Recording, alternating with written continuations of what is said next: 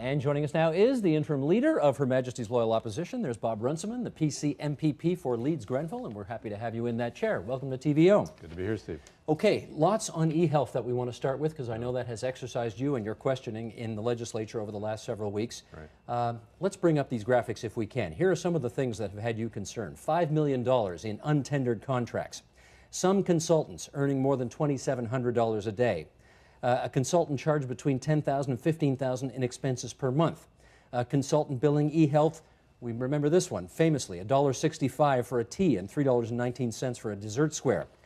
On the issue of Sarah Kramer, the former CEO who has subsequently left, she was earning a salary of $380,000 a year, got a $114,000 bonus after 3 months on the job. Upon her departure, she was given a $317,000 severance package. And then, of course, late this afternoon, we found out that the head of eHealth, Ellen Hudson, was stepping aside, having been asked to resign. And I guess I should ask you what you think of that development, for starters. Well, we've been calling for it for some time. I think that not just Hudson, but the minister himself, Kaplan, has to go as well. So this is sort of strike two in a three-strike process as far as we're concerned. But you know, I think Hudson couldn't escape from this unscathed because if you look at all of the folks involved in the issues that you just raised, there's some connection, direct or otherwise, to Dr. Hudson. So clearly he was the chairman of the board while all this was going on. He encouraged the hiring of Sarah Kramer. We heard, in fact, that he insisted if he was going to take a role as chair that Kramer be appointed CEO. So he had a responsibility. There's no question about it, and I think he had to be seen to be accepting responsibility for that. He is also, though, within the healthcare field, widely regarded as an ethical guy who is one of the foremost in his field at whatever the word is, making health records electronic. Yeah. Do you think Ontarians are now better off without him on that helm? Well, clearly, in terms of what was going on in that agency and the fast and loose use of taxpayers' dollars, I think that he had to go. I think the fact that people have been terribly upset about what transpired there, I think essentially because over the past couple of years we've seen, you know, hundreds of thousands of jobs that leave the province. Just last month, 60,000 jobs lost in the province of Ontario. We're running a record deficit over $18 billion. And if you look at all of these things, we're now a have-not province. And you have these folks under his watch, his responsibilities as chair, spending money at an unbelievable clip. But they didn't break any rules. Well, apparently they didn't break any rules. We'll wait until the Auditor General's report is finalized in the fall to ensure that that's indeed the case. But they certainly abused the rules, at the very least. Sarah Kramer's compensation was approved by the Board of Directors. So again, you may not like how much she was paid or the fact that the bonus was paid or the fact that the severance was paid. Yeah. But the fact is, it was all kosher. Well, what wasn't kosher was the fact that the explanation given for that significant bonus after only 3 months on the job, and the minister repeated this in a scrum, that this was a bonus that she would have received at her former employer, Cancer Care Ontario. And I think most people would be, you know, shaking their heads at that.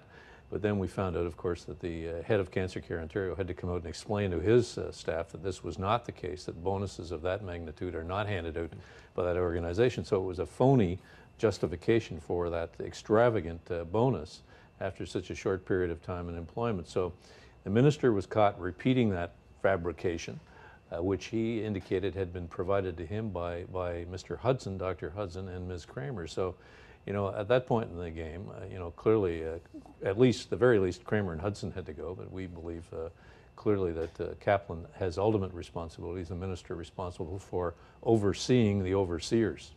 If it's the minister's responsibility to fix this, doesn't he have to stay to fix it? Well, I think in this case, you know, and this is, I think, haphazard oversight has followed Minister Kaplan. We saw it in his previous responsibilities with the Ontario Lottery and Gaming Organization as well, when they went on a spending orgy under his leadership. We've seen it now following him to this agency, and I think it's a reflection of a growing culture of an entitlement within this Liberal government, and it's infected its agencies, and how far it's spread we don't know, but we're going to find out. I don't know if you saw Marcus G's column in the Globe and Mail a few days ago, but Marcus G admittedly was a friend of Mrs. Kramers and knew about her. I'll read a little excerpt from it here and then ask you something.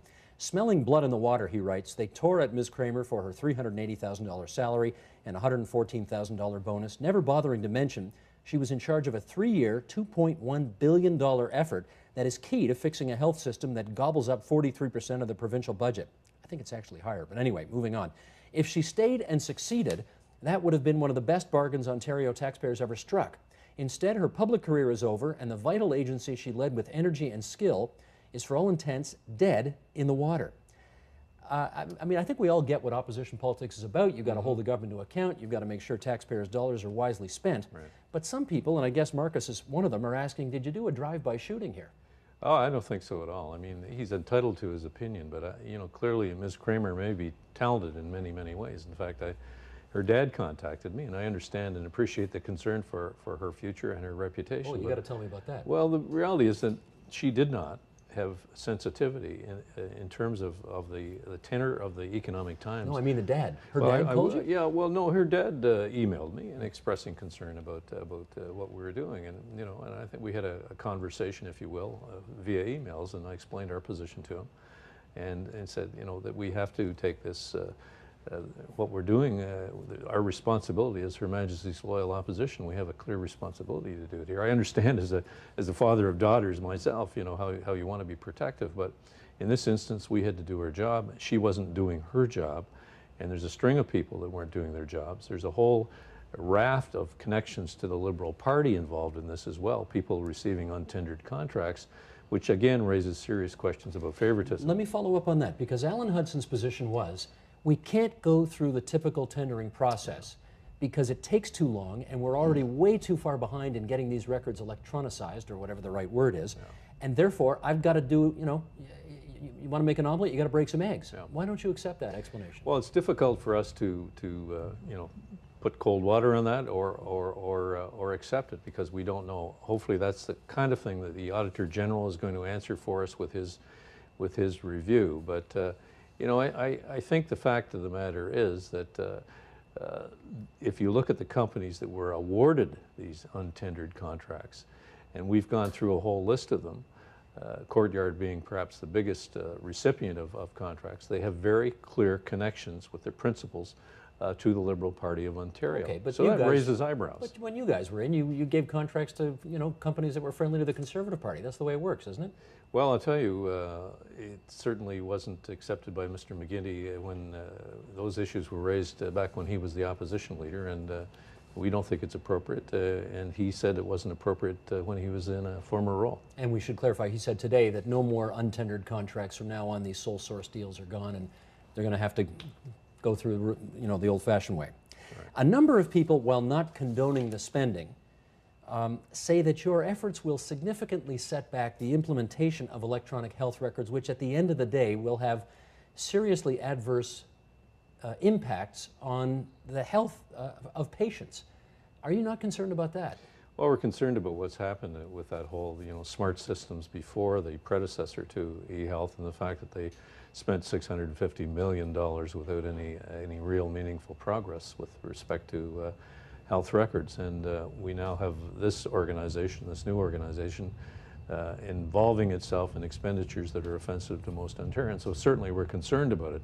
And I know I've certainly heard all sorts of emails, messages, and contact from people at various functions about a lack of appreciation of why it's taking us so long when other jurisdictions have been able to achieve this goal at lower costs in a much tighter time frame. So we're certainly concerned about it. But if at the end of the day your efforts have resulted in even more time being taken to get electronic. Well, I don't accept that. No? I say their lack of concern for the appropriate use of tax dollars has put us where we are today, not the fact that the opposition has drawn this to the public's attention. Okay. I want to do a bit of a U-turn here. You're going through a leadership race now, your party. Mm-hmm. Your days as the interim leader and the leader for Majesty's loyal opposition are almost done. That's right. So I got to ask you, who are you supporting in the race to replace you and John Tory? That's between. Well, I haven't even told my wife, to be quite honest with you. You know, I haven't. When I stood for office, I was elected by caucus as the interim leader. That's part of our party's constitution. And I made a commitment at that caucus meeting when I was elected that I would remain clearly neutral. There's no equivocation whatsoever that no one would have any, and people have suspicions about where I'm going to vote, but... Can I tell you what they are? Okay, here's how it goes. I've always thought that you were sort of more enamored with the conservative rather than the progressive part of the PC party. And therefore, my hunch is that, Christine Elliott being the more progressive of the candidates is probably not getting your vote. So it's either going to be Tim Hudak or Randy Hillier, who's out there in Eastern Ontario with you, and maybe Frank Cleese is even a little too pink for you. That's my hunch. I've confounded the experts in the past because if you go back and take a look at the history, I supported Larry Grossman for leadership. I supported Ernie Eves. I supported John Tory. So I think that I supported Diane Cunningham. Over Mike Harris? Yeah, over Mike You Harris. did? I did, and Mike never forgets to remind me about that. What were you thinking? Well, I felt that the party needed a fresh face, a new change. So I think that trying to paint me into an ideological corner, a philosophical corner, I really, in terms of where I stand. I mean, I'm a former union president. I fought for environmental issues in the past.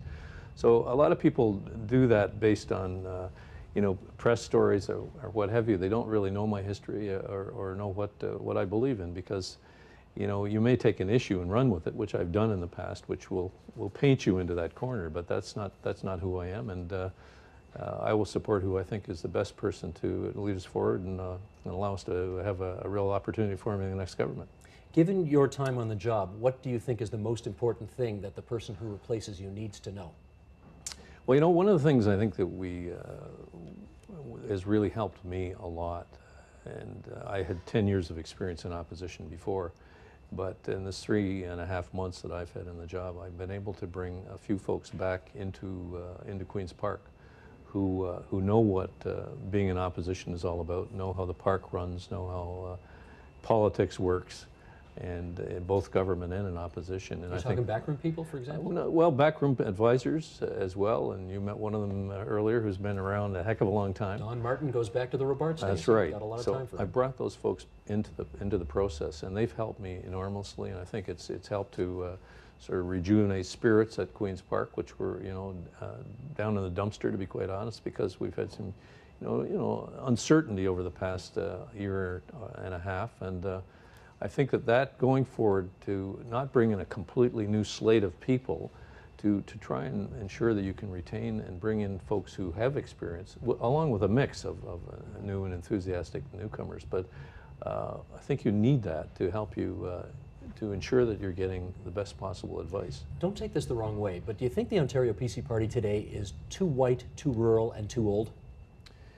I think part of the challenge facing us is, and that's one of the things that we've started in any event under my leadership, is really a strengthened and broad outreach program. We have to get into those communities that traditionally haven't supported us in any great numbers, and I think identifying opinion leaders in those communities and working with them, reaching out to them, can make sure that doesn't happen in the future, that we're able to draw them into the party. And I think, again, the policy development process, if you go back to '95 when Harris won, I think we won, what, 8 or 9 seats in Toronto. In 416, yeah, you did. And I think that essentially that's policy based as well, and if we can develop policies that they can believe in, I think that we can make inroads as well. But one of the, I'm going to suggest here, one of the reasons that happened was that Mike Harris actually, for all of his tough love, as it were, was not seen as an angry guy. He actually was seen as by the people who voted for him, as a kind of a reasonable, optimistic, future-looking guy. No. What's your nickname? Mad Dog. Mad Dog. Wow. Is the Conservative Party, I guess particularly over the last few months under your leadership, seen as being too angry and not kind of optimistic and future-looking? Again, I don't think so. And Mad Dog is, I've said I'm more of a mellow mutt these days than a Mad Dog. And I've been passionate over the years about issues, especially when it deals with victims of crime. But I think our party has, really impressed a lot of folks over the past few weeks, I think, in the House and the months. And I think the e-health issue has been the first very, very serious misstep on the part of the McGuinty government. I think the press conference we saw this afternoon was probably the result of polling, which shows that this is really hurting the Liberal Party in Ontario, and this is finally something is sticking to the Teflon Premier, and so I'm very proud of the job we've done. I don't think it's been negative. I think we've brought forward a lot of positive initiatives through opposition days, through private members' legislation and debates in the House. So, no, I think we're upbeat. We're feeling good about the leadership contest, and I'll be very pleased to turn over the keys in a couple of weeks' time, and look forward to helping the new guy or gal be in a position to form the next government.